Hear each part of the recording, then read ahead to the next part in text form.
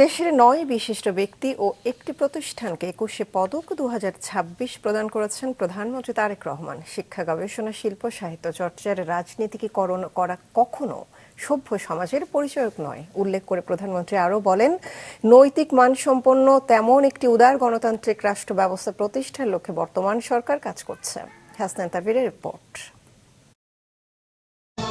দেশের বিভিন্ন ক্ষেত্রে অসামান্য অবদান স্বীকৃতি স্বরূপ গুণীজনদের হাতে রাষ্ট্রীয় সর্বোচ্চ সম্মাননা 21শে পদক 2026 তুলে দিতে সকালে রাজধানীর ওসমানী স্মৃতি মিলনায়তনে এই অনুষ্ঠানের আয়োজন করা হয়। অভিনয়ে গৌরবোজ্জ্বল অবদানের স্বীকৃতি স্বরূপ ফরিদা আক্তার ববিতাকে জাতীয় জীবনে বিভিন্ন গুরুত্বপূর্ণ ক্ষেত্রে গৌরবোজ্জ্বল অবদান রাখা ব্যক্তিদের সম্মাননা পদক, সম্মাননা পত্র ও নির্ধারিত অর্থ তুলে দেন প্রধানমন্ত্রী তারেক রহমান।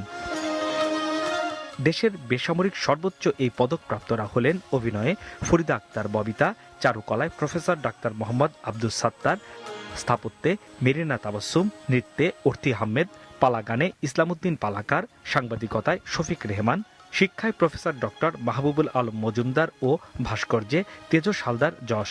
এছাড়াও সঙ্গীতে মরণোত্তর সম্মাননা পেয়েছেন আইয়ুব বাচ্চু এবং প্রতিষ্ঠান হিসেবে সঙ্গীতে অবদানের জন্য পদক পেয়েছে ওয়ারফেজ। 21শে পদকে ভূষিতদের অভিনন্দন জানিয়ে প্রধানমন্ত্রী তারেক রহমান বলেন, শিক্ষা, গবেষণা এবং শিল্প সাহিত্যের চর্চাকে আরও বেগবান করতে রাষ্ট্র এবং সরকার তার দায়িত্ব অবশ্যই পালন করবে। একটি রাষ্ট্র এবং সমাজে কৃতি মানুষদের সংখ্যা যত বেশি বাড়তে থাকবে, সমৃদ্ধি এবং নৈতিকতার মানদণ্ডে সেই সমাজ তত বেশি আলোকিত হতে থাকবে। সুতরাং রাষ্ট্র তার নিজের প্রয়োজনে জ্ঞানী গুণী মানুষদের সম্মানিত করে। শিক্ষা, গবেষণা, শিল্প সাহিত্য চর্চা রাজনীতিকরণ করা কখনো সভ্য সমাজের পরিচয়ক নয় উল্লেখ করে প্রধানমন্ত্রী বলেন, নৈতিক মানসম্পন্ন একটি উদার গণতান্ত্রিক রাষ্ট্র ব্যবস্থার লক্ষ্যে কাজ করছে বর্তমান সরকার।